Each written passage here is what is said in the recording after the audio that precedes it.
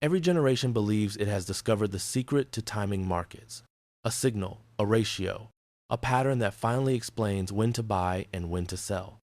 And every generation, markets remind them that timing is not a formula, it is a temperament tested under pressure. Financial celebrities who endured multiple cycles learned this lesson slowly, often painfully. They did not master cycles by predicting them, they mastered themselves within them. Market cycles are not mechanical clocks. They are emotional tides.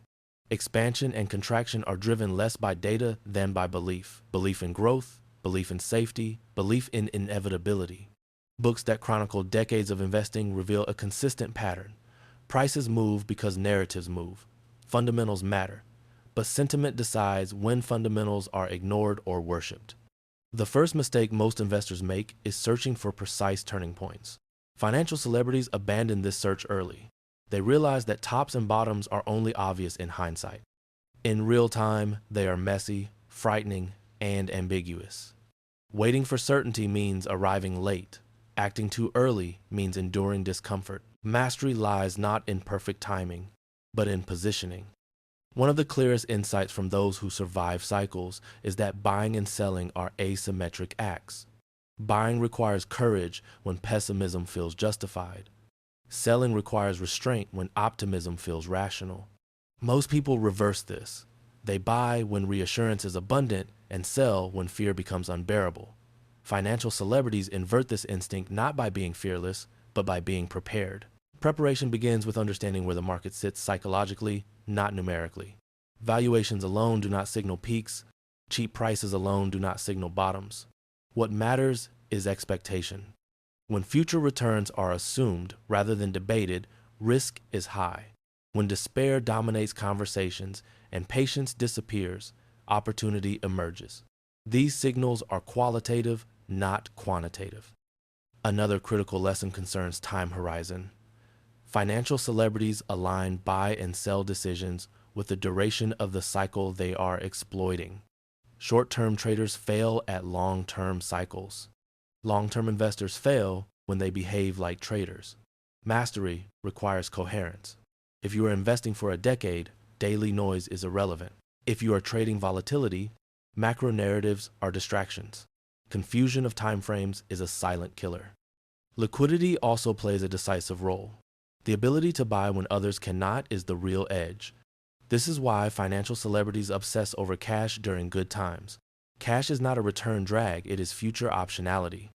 In late cycle environments, they build liquidity quietly, not because they know when the turn will come, but because they know it always does. Selling, however, is where mastery is truly revealed. Buying well feels clever, selling well feels lonely. Financial celebrities sell not when prices stop rising, but when upside becomes fragile relative to downside. They sell when stories require perfection to continue. They sell when leverage replaces prudence. They sell incrementally, without drama, often long before headlines change. Another pattern emerges around humility. Financial celebrities do not aim to capture the entire move. They accept leaving money on the table. This acceptance protects discipline. Those who insist on catching the exact top or bottom usually catch neither. Partial victories compound better than heroic failures. Market cycles also punish those who confuse volatility with risk. In early downturns, volatility spikes before fundamentals collapse. Selling here locks in fear. Financial celebrities differentiate between price movement and permanent impairment. If the business survives, volatility is noise. If leverage threatens survival, volatility is a warning. Knowing the difference determines when to sell and when to endure. Narratives evolve predictably across cycles. Early optimism focuses on innovation.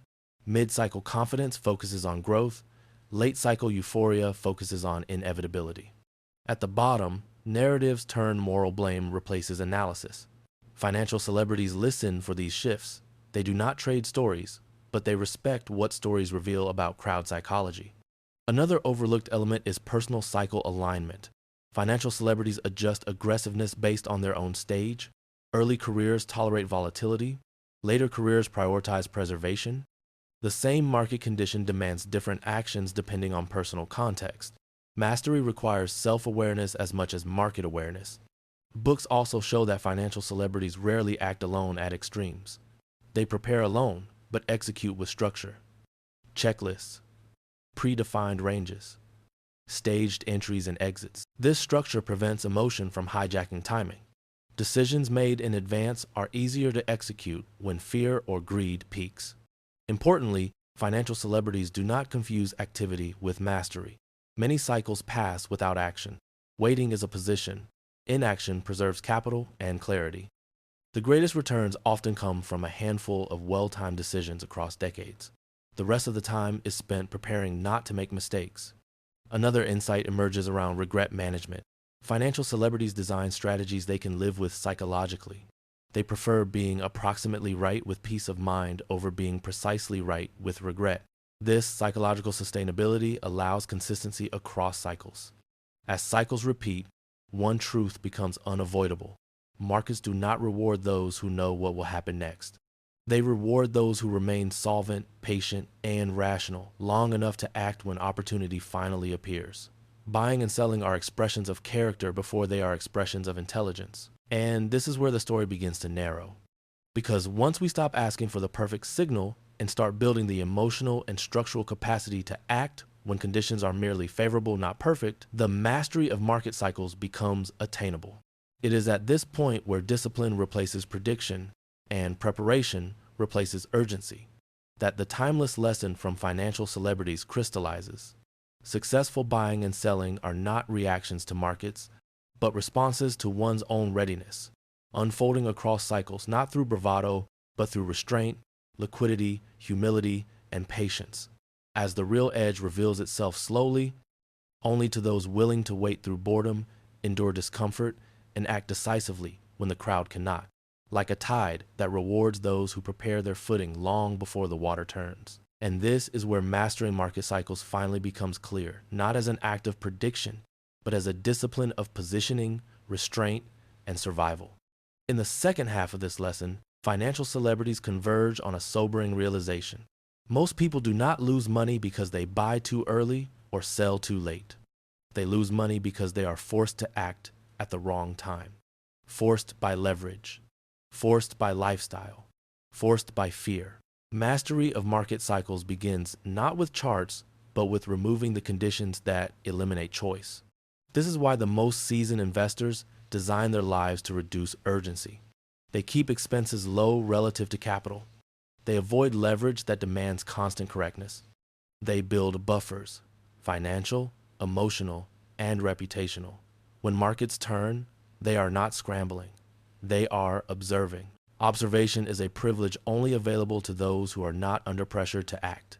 Another crucial insight is that cycles are rarely symmetric. Bull markets climb on optimism, but bear markets fall on liquidity stress. Prices do not drop simply because people change their minds. They drop because people must sell. Financial celebrities pay close attention to where forced selling is likely to come from.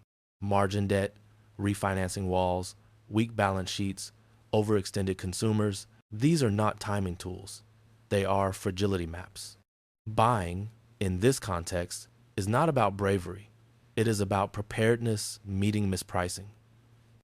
Financial celebrities buy when pessimism is high and survival is assured. They do not buy simply because prices are down. They buy when prices are down and they can hold through further pain without being compromised. This distinction separates intelligent contrarianism from reckless gambling. Selling follows a similarly disciplined logic. Financial celebrities sell not when fear appears, but when complacency dominates. They reduce exposure when leverage is celebrated, when risk is disguised as innovation, when narratives dismiss downside as outdated thinking. Selling is framed as risk reduction, not profit taking. Profits are a byproduct of survival, not its goal. Another key lesson emerges around scaling decisions. Financial celebrities rarely go all in or all out. They scale. They buy in stages as conditions worsen. They sell in stages as conditions improve. This staged approach reduces emotional load and regret. It acknowledges uncertainty instead of denying it. Mastery accepts that you will never know everything and plans accordingly. Cycles also teach the importance of memory. Financial celebrities keep mental and often written records of how cycles felt, not just how they looked. What did optimism sound like last time? What excuses were used? What was dismissed as impossible? These memories become pattern recognition tools. History does not repeat exactly, but it rhymes loudly enough for those who listen. Another overlooked factor is social pressure. Near market extremes, being right feels lonely. Buying when others are fearful invites criticism. Selling when others are euphoric invites ridicule. Financial celebrities prepare psychologically for this isolation. They value being early over being applauded. They accept that validation usually arrives after opportunity disappears. Personal temperament again plays a decisive role. Financial celebrities do not adopt strategies they cannot emotionally sustain. A strategy abandoned mid-cycle is worse than no strategy at all. Mastery means choosing approaches that align with one's patience, risk tolerance, and attention span. There is no universal right time to buy or sell, only times that are right for you given your structure and temperament. As cycles repeat, another truth hardens. The biggest mistakes happen not at extremes, but during transitions. When confidence quietly turns into complacency, when fear quietly turns into despair, these gray zones are where discipline matters most. Financial celebrities remain most alert when things appear fine. Comfort is often the final warning. Over decades, the lesson becomes almost boring in its consistency. Those who survive cycles do fewer things, more deliberately. They hold cash when it feels unnecessary. They reduce risk when it feels premature. They act when it feels uncomfortable but not unbearable. This calibration is the essence of mastery. And so the story resolves into a principle that resists simplification. Knowing when to buy and when to sell is not about knowing the future. It is about knowing your position within uncertainty. It is about ensuring that when opportunity appears, you have the liquidity, patience, and emotional control to act. And when danger builds, you have the humility to step aside without regret. If this reflection resonated with you, pause and ask yourself one question. If markets moved sharply against you tomorrow, would you still have the freedom to wait? That answer determines whether you are mastering cycles or being carried by them. Share your thought. And if you want to keep learning how the most resilient investors think across booms and busts, stay connected. Subscribe, follow, and return. Because markets will always cycle, but only those who design for survival get to choose when to buy, when to sell, and when to simply do nothing at all.